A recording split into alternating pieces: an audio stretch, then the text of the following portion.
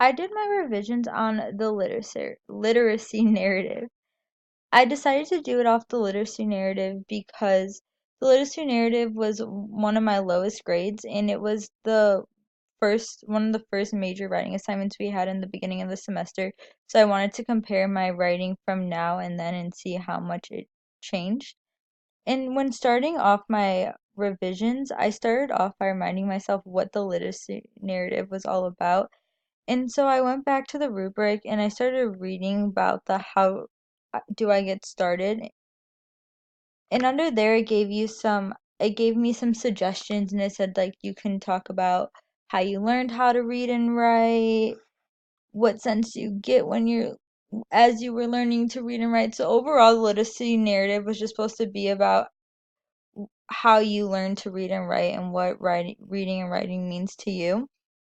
And we also have some examples on Blackboard that I was able to go back to and look at.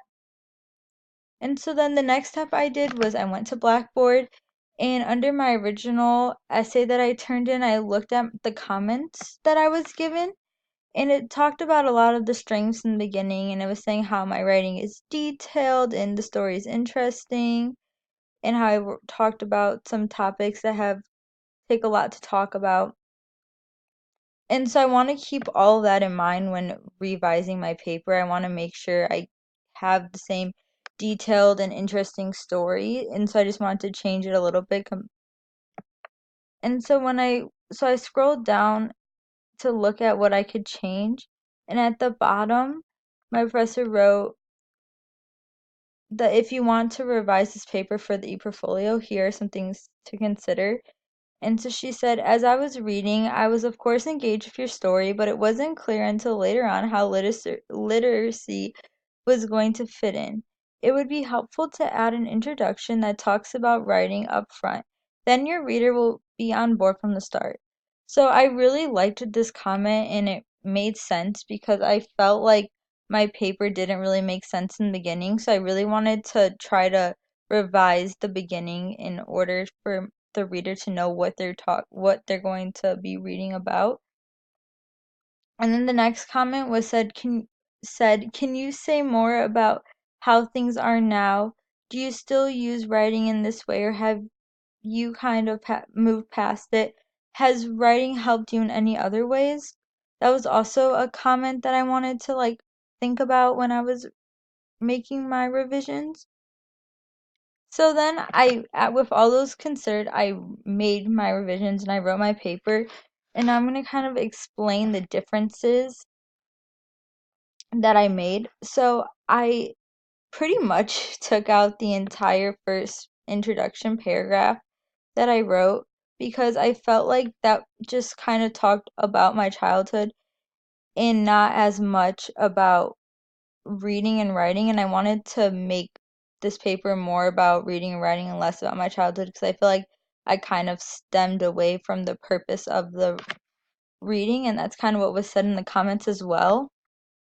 So instead, I took the same concepts and I talked about the same things. I just talked more about reading and writing and my anxiety. So I started off by saying I grew up as an anxious child who found her voice through writing so that they know like that this writings about anxiety and how writing has kind of helped me through my anxiety and stuff. And then I continued with what I started before and talked about all of like my childhood and growing up and a little bit background.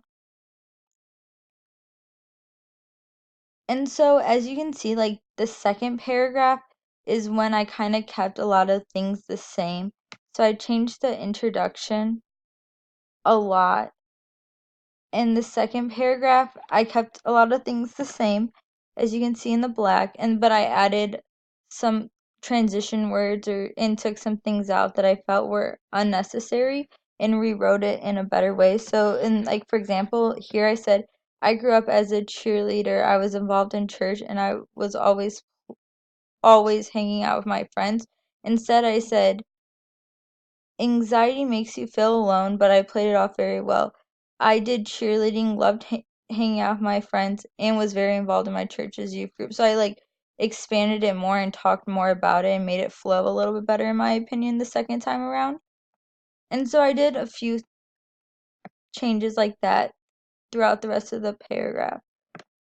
And then this paragraph right here, I kept a lot of it the same and just added a few words and changed a few things.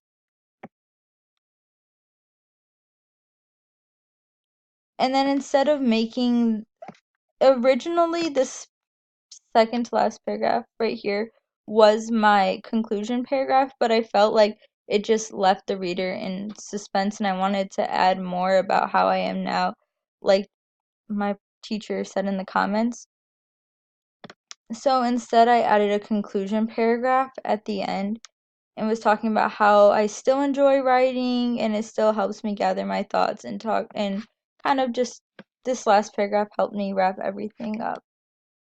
So I got a lot of my thoughts and ideas from things that we learned a lot in class throughout the semester, and also with the comments and looking at the rubric, I was able to make something I was more proud of.